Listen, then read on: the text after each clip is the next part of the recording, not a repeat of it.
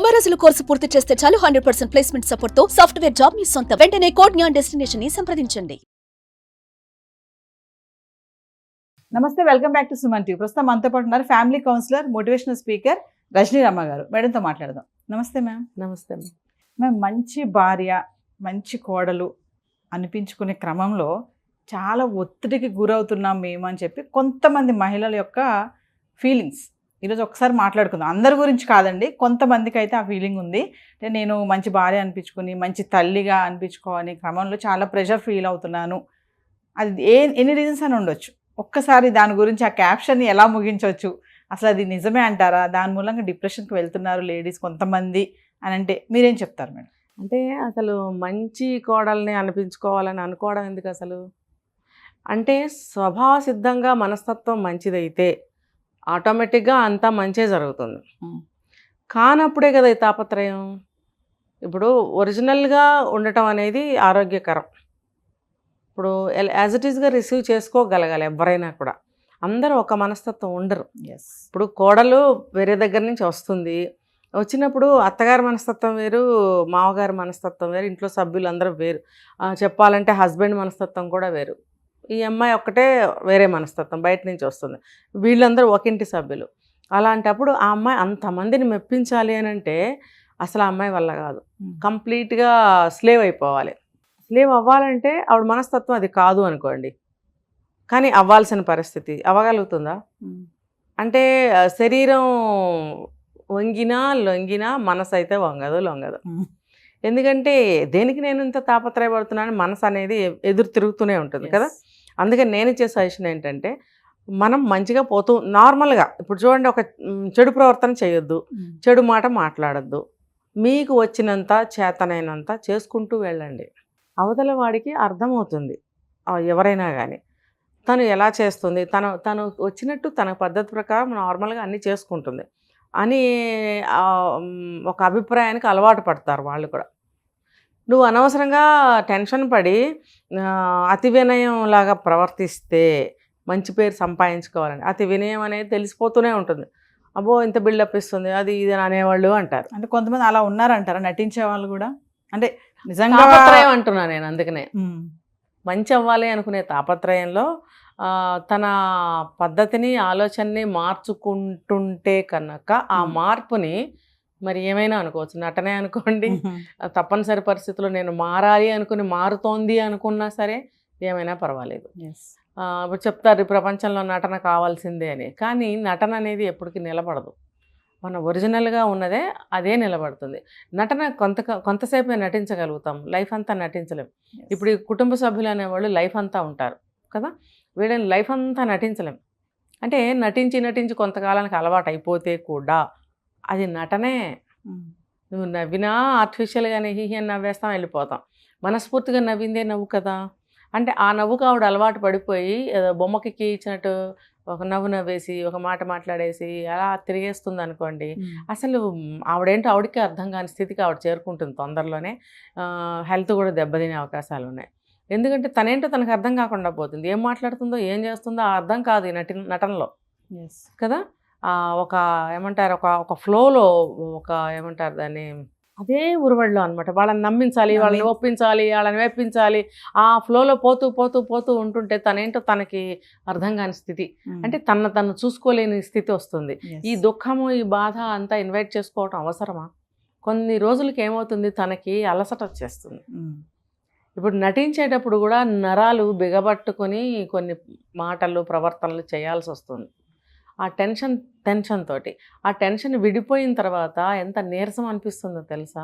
ఎందుకు ఈ సమస్యను మనం ఎందుకు ఇన్వైట్ చేసుకోవాలి? అసలు ఇన్వైట్ చేసుకోవడం ఎందుకు, తర్వాత ఆ ఫేస్ చేయడం ఎందుకు? మనం అసలు ఇన్వైటే చేసుకోవద్దని చెప్తాను నేను. అయితే ఏంటంటే చెడుగా ప్రవర్తించకండి. ఇప్పుడు ఎక్కడ మన ఇంట్లోనైనా సరే, మన ఇంట్లో అందరితో మంచిగా ఉండాలని చూస్తాం. అమ్మ అది కాదమ్మా, నాన్న ఇది కాదమ్మా అని చెప్పడానికి ప్రయత్నిస్తూ ఉంటాం ఇంట్లో మనం. అక్కడ కూడా అలాగే ఉండండి. ఇది ఇలా కాదు అత్తయ్య, ఇలా కాదు మా, ఇలా కాదు మరిది, ఇలా కాదు బావ, ఇలా చెప్పుకుంటూ నడుచుకోవాలి. నటించటం వల్ల చాలా దుఃఖం, దానివల్ల చాలా బ్యాడ్ జరుగుతుంది నాకు తెలిసినంత వరకు. యాజ్ ఇట్ ఈస్గా ఉన్నారు అంటే నా స్వభావం ఏంటో వాళ్ళకి అర్థమవుతుంది. ఒక సంవత్సరం లోపల, అంతకాలం కూడా పట్టదు, ఒక నెల రోజుల్లోనే తెలుస్తుంది. ఇంకా అన్ని ఎక్స్పీరియన్సెస్ రావాలి అన్ని పనుల్లో అంటే 1 year పడుతుంది. 1 yearలో వాళ్ళకి అర్థమవుతుంది ఈ అమ్మాయి ఎటువంటిదో. అలాగే వాళ్ళు రిసీవ్ చేసుకుంటారు. బాబా తనతో ఇది కాదులే, అదైతే తను బాగా చేస్తుంది అనే ఒక అభిప్రాయానికి వస్తారు. అంటే వీళ్ళకి వీళ్ళే ఫీల్ అయిపోతున్నారని అంటారా? వీళ్ళకి వీళ్ళే ఫీల్ అవ్వడము, స్ట్రెస్ కి గురవ్వడం. ఇది 1 side ఇప్పుడు చెప్పాను బేస్ అంతా. అసలు ఇప్పుడు చెప్తాను. వీళ్ళు అమ్మో నేను చచ్చిపోతున్నాను, కొన్నేళ్ళు గడుస్తాయన్నమాట, పిల్లలు పుడతారు, హస్బెండ్ ఒక ఏజ్కి వస్తారు, 35-40కి వస్తారు, ఆఫీస్కి వెళ్ళాలి అంటే ఆ యంగ్ ఏజ్ దాటి కొంచెం ముందుకు వెళ్ళినప్పుడు ఏమనిపిస్తుందంటే త్యాగం చేసేసినట్టు, మరి నేను చాలా మంచిగా ఉన్నాను, నన్ను ఎవరు అర్థం చేసుకోవటం లేదు అని ఒక ఫ్రస్ట్రేషన్ వస్తుంది. ఇది ఖచ్చితంగా వస్తుందండి. ఇదే నేను చెప్పేది, ప్రాబ్లమ్ని ఇన్వైట్ చేయడం ఎందుకు, దాన్ని మళ్ళీ ఫేస్ చేయడం ఎందుకు? అసలు ఇన్వైట్ చేయకండి, మీరుగానే ఉండండి. అలా అని గయ్యాళి గంపలైతే గయ్యాళి గంపలాగా ఉండమని నేను చెప్పట్లేదు. ఒక మంచి పద్ధతిలో ఉండండి, ఎవరికైనా చెప్తాం మంచిగా ఉండండి, ఒక డిసిప్లిన్గా ఉండండి, ఒక పద్ధతిగా ఉండండి. ఏ మనిషికైనా ఇవి కావాల్సిందే కదా. ఇల్లు అన్న తర్వాత, సంసారం అన్న తర్వాత, ఇంట్లో ఎంతమంది పాత్రలు ఉన్నారో వాళ్ళందరితో కూడా నార్మల్గా ఒక మంచి పద్ధతిలో, ఒక క్రమ పద్ధతిలో డిసిప్లిన్గా పోతూ ఉండాలి. అందరూ అలాగే పోవాలి. ఈవిడ మీదే కాన్సన్ట్రేట్ చేశారనుకోండి ఇంట్లో ఉన్న వాళ్ళందరూ, ఆవిడ బ్రతకలేదు. అందుకని వాళ్ళు కూడా ప్రతిదానికి కోఆపరేట్ చేస్తూ వాళ్ళకి సహకరిస్తూ ఉండాలన్నమాట. ఉన్నప్పుడు ఈవిడికి టెన్షన్ ఉండదు, వాళ్ళకి రాదు. తర్వాత ఇక్కడ ఇంకొక వర్షన్ ఏం తెలుసా మేడం, మీరు అన్నారు కదా పిల్లలు పుట్టారు, పెద్దోళ్ళు అయ్యారు అంటే అప్పటికి ఈవిడికి ఒక 25 నుంచి 30 30 నుంచి 40 సంవత్సరాల మధ్యలో ఉన్నారనుకోండి, వాళ్ళంటే ఒక భ్రమలో ఉంటారంట. అసలు మేము బ్రతుకున్నామా లేదా, మాకు అసలు ఏంటి, మా పిల్లలు మమ్మల్ని పట్టించుకుంటున్నారా, నాకు సపోర్టివ్గా ఉంటున్నారా, నా భర్త నన్ను పట్టించుకుంటున్నారా, అదొక ఫీలింగ్ అనుకోవచ్చు అంటారా? సహజంగా ఉంటుందండి. ఎందుకంటే అది ఇంకా పరిణితి చెందని వయసులో ఉన్న పిల్లలు, టీనేజ్ కంప్లీట్ అవ్వాలి. ఈ లోపల వాళ్ళకి ప్రతి ఒక్కటి తెలియజేయాల్సిన ఆవశ్యకత, నేర్పాల్సిన అవసరం తల్లిదండ్రులకే ఉంటుంది. ఇప్పుడు తల్లి హౌస్ వైఫ్, తండ్రి ఆఫీస్ అనుకోండి, ఆటోమేటిక్గా మొత్తం 75% బాధ్యత తెలియకుండానే భార్య మీద వచ్చి పడుతుంది. ఇంట్లోనే ఉంటుంది కదా, అన్నీ చూసుకోవాల్సిన అవసరం పడుతుంది. అదే తాళాలేసి మట్టుకు వాళ్ళు వెళ్ళిపోయారనుకోండి, అదేం ఉండదు. ఇంట్లో ఉన్నప్పుడు ఎన్నో చూసుకోవాలి. ఇంటికి ఎవరో ఒకళ్ళు వస్తుంటారు, పనివాళ్ళు, కూరల వాళ్ళు, పిల్లలు, వాళ్ళు వీళ్ళు, పక్కింటి వాళ్ళు, చుట్టాలు, లేకపోతే ఇంట్లో అత్తమామలు ఉంటే వాళ్ళు, ఇవన్నీ కూడా చూసుకోవాల్సిన అదే బాధ్యత ఆవిడ మీదే ఉంటుంది. అంటే మెయిన్ పిల్లర్ లాగా, సెంటర్ పిల్లర్ అని చెప్పుకోవచ్చు. అదంతా ఆవిడ మీద ఆటోమేటిక్గా ఉంటుంది. అది వాళ్ళే ఇంత బరువు తీసుకొచ్చి మీద వేయరు, కానీ దాన్ని అలా బర్డెన్ ఫీల్ అవ్వకుండా టైంని మేనేజ్ చేసుకుంటూ, ఈ టైంకి ఇది నీకంటూ ఒక టైం పెట్టుకో. ఈ మార్నింగ్ బ్రేక్ఫాస్ట్ సెక్షన్ వరకు పని కొంచెం ఒరవడి ఉంటుంది. అక్కడి నుంచి ఒక 1 hour తనకు పెట్టుకోవచ్చు. 1 hour ఏంటి, 2 hours అన్నా పెట్టుకోవచ్చు. ఎందుకంటే మార్నింగ్ బాక్సులు కట్టి పంపించేస్తారు అందరికీ, దాదాపుగా వంట అయిపోతుంది. మిగులు తగులు వంట ఉంటే ఇంట్లో ఉన్న వాళ్ళకి 12 o'clockకి స్టార్ట్ చేసుకోవచ్చు, ఒక 1 hourలో వంట చేసుకోవచ్చు. ఈ మధ్యలో ఉన్న 10 to 12 2 hours వాళ్ళు ఎలా అయినా చక్కగా ఉపయోగించుకోవచ్చు. అంటే ఫ్రెండ్స్తో సినిమాలకి, షాపింగ్లకి అంటే నేను చెప్పలేను, కానీ చిన్న చిన్న పనులు అయితే చేసుకోవచ్చు వెళ్ళి. అలాగే ఇంట్లో మిగతా తీర్చిదిద్దుకోవచ్చు. తను ప్రశాంతంగా కూర్చుని కాసేపు టీవీ చూసుకోవచ్చు, బుక్ రీడింగ్ చేయొచ్చు, పక్కింటి ఫ్రెండ్స్తో మాట్లాడుకోవచ్చు, ఇల్లు సర్దుకోవచ్చు, ఇంటీరియర్ డెకరేషన్ ఏదైనా కావాలంటే చేసుకోవచ్చు, లేదు ఇంట్లో ఉన్న సభ్యులతో కాసేపు స్పెండ్ చేయొచ్చు, ఎన్నైనా చేసుకోవచ్చు. దానికి మానసిక వికాసం కలుగుతుంది. అప్పుడు వీళ్ళు మరి ఆ టైంలో ఏం చేస్తారో, ఎలా ఫీల్ అయిన ఆడవాళ్ళు నాకు తెలియదు. మరి తర్వాత మళ్ళీ మధ్యాహ్నం కాసేపు రెస్ట్ తీసుకోవచ్చు, గంట సేపు, అరగంట సేపు వాళ్ళు టైర్డ్ అయిపోతే కనుక తీసుకోవచ్చు, టైం ఉంటుంది. మళ్ళీ 4 o'clockకి 3 o'clock పిల్లలు వస్తారు కాబట్టి మంచిగా వాళ్ళ కోసం రెడీ అంటే ప్రతి ఒక్క మూమెంట్ని కూడా ఆ టైం మేనేజ్మెంట్ చేసుకుంటూ ఉంటే కనుక ఎంజాయ్ చేయగలుగుతారు. అంటే టైం వెనకాల పరిగెత్తలేకపోతున్నాం, రన్నింగ్ రేస్ లాగా ఉంటుంది, ఊపిరి ఆడట్లేదు, కరెక్టే. ఆ టైం చూసుకుంటూ పరిగెత్తాలంటే చాలా స్ట్రెస్ అనిపిస్తుంది. అలా కూడా ఫీల్ అవ్వాల్సిన పని లేదు. మనసుకి చెప్పుకుంటూ ఉండాలి. మనం ఆటో సజెషన్స్ మనకు మనమే ఇచ్చుకోవాలి. ఎవరో వచ్చి చేయి పట్టుకుని నడిపించరు మనల్ని, మనం ఎలా నడవాలో మనమే డిసైడ్ చేసుకోవాలి. దానికి ఆటో సజెషన్స్ అనే బెస్ట్ మెథడ్. ఏదైనా సరే ఇప్పుడు ఏమైంది, అవుతుంది కదా, చేస్తున్నాను కదా, అయిపోతుందిలే ఎంతసేపు, ఇలా కనుక మనం అనుకుంటూ ఉంటే మనకు ఆ స్ట్రెస్ ఉండదు. పని పట్ల మనకి ఆ బరువు ఫీలింగ్ రాదు. ఇంకా నన్ను ఎవరు చూడట్లేదు అలా అనుకోవాల్సిన పని కూడా లేదు. అది ఏంటంటే నిజంగా అలా ఫీల్ అయితే, అటువంటి సిచ్యువేషన్స్ ఉంటే దానికి వేరే పద్ధతులు ఉన్నాయి. చక్కగా కుటుంబ సభ్యులందరితో కలిసి, నేను చాలా వీడియోస్లో చెప్పాను, పేరెంటింగ్లో. ఇంట్లో ఉన్న వాళ్ళు పొద్దుటి నుంచి సాయంత్రం వరకు స్పెండ్ చేసినా ఈవినింగ్ పిల్లలు భర్త వస్తారు కాబట్టి ఆ టైంలో అందరూ కలిసి కూర్చొని గ్యాదర్ అవ్వటం, మాట్లాడుకోవటం, కాసేపు చల్లగాలిలో తిరిగి రావచ్చు. సండే కానీ సాటర్డే కానీ ఎటన్నా వెళ్ళి తిరిగి రావచ్చు. కావాల్సినంత టైం ఉంటుందండి. వాళ్ళ ఆలోచనల్లోనే టైం ఉండదు, కానీ ఆచరణలోకి వస్తే ఉంటాయి, అన్నీ ఉంటాయి. ఇప్పుడు ఎవరమైనా జాబ్ చేసే వాళ్ళకైనా ఇంట్లో ఉండే వాళ్ళకైనా వంట చేసుకోవాలంటే అదే టైం. ఆ కాస్త టైంలో ఎవరైనా వంట చేసుకుని పక్కన పెట్టేసుకుంటాం. మిగతా టైం ఉంటుంది. ఆఫీస్కి వెళ్ళాలి కాబట్టి ఆఫీస్కి వెళ్ళి వచ్చిన తర్వాత కూడా మీకు ఖాళీ ఉంటుంది. ఇంట్లో ఉన్నారనుకోండి బోల్డ్ టైం ఉంటుంది. బోల్డ్ టైం ఉన్నా సరే మీరు ఖాళీగా గడుపుతున్నారు, సోమరిలాగా ఉంటున్నారు, మీరేం పని చేయట్లేదని అనట్లేదు. పాపం చాలా పని చేసుకునే వాళ్ళు ఉన్నారు, సోమరిగా పడుకునే వాళ్ళు ఉన్నారు, లేకపోతే ఫ్రెండ్స్తో కలిసి షాపింగ్కి సినిమాలకి వెళ్ళిపోయే వాళ్ళు ఉన్నారు.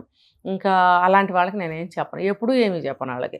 ఎందుకంటే అలాంటి వాళ్ళని మనం మార్చలేము. కాస్త మేము బాధపడుతున్నామండి, మాకేమైనా రెమెడీ ఉందా అని ఆశగా చూసే వాళ్ళకైతే నేను ఏదైనా చెప్పగలుగుతాను. సో అలాంటి వాళ్ళకే నేను ఎప్పుడు కూడా చెప్తాను. కాబట్టి భర్త ఆఫీస్కి వెళ్తుంటే మాత్రం ఏముందండి, ఆ కాస్త టైంని మనము చక్కగా ఎంజాయ్ చేయొచ్చు. 4 మాటలు మాట్లాడుకుంటూ ఆ టైం స్పెండ్ చేయొచ్చు. వంట ఏం చేయను అని అడగచ్చు ఒకళ్ళకొకళ్ళు. ఇద్దరు కలిసి కూర్చుని కాఫీయో టీయో పాలో కాసేపు తాగొచ్చు. ఒక్క 10 నిమిషాలు పావుగంట కూర్చుంటే ఎంత ఎనర్జెటిక్గా ఉంటుందో తెలుసా అండి. అది అనుభవించాలి, అది ఇంప్లిమెంట్ చేసుకోవాలి ప్రతి ఒక్కళ్ళు కూడా. ఏదో ఒకటి ఇల్లు ఉంటుంది ఎవరికైనా, చిన్నదో పెద్దదో ఉంటుంది కదా. ఇద్దరు ఒక్కొక్క చోట కూర్చుని తాగితే తప్పేమీ లేదు. పిల్లలు స్నానం చేసి స్కూల్కి రెడీ అవుతుంటారు. మరి ఇంట్లో ఉంటే పెద్దవాళ్ళు వాళ్ళు కూడా ఉంటారు, ఖాళీగానే కూర్చుని ఉంటారు, కాఫీ తాగుతున్నారు. వాళ్ళకి ఇచ్చిరండి, మీరు తాగండి. మీరిద్దరు కూర్చుని తాగొచ్చు కదా.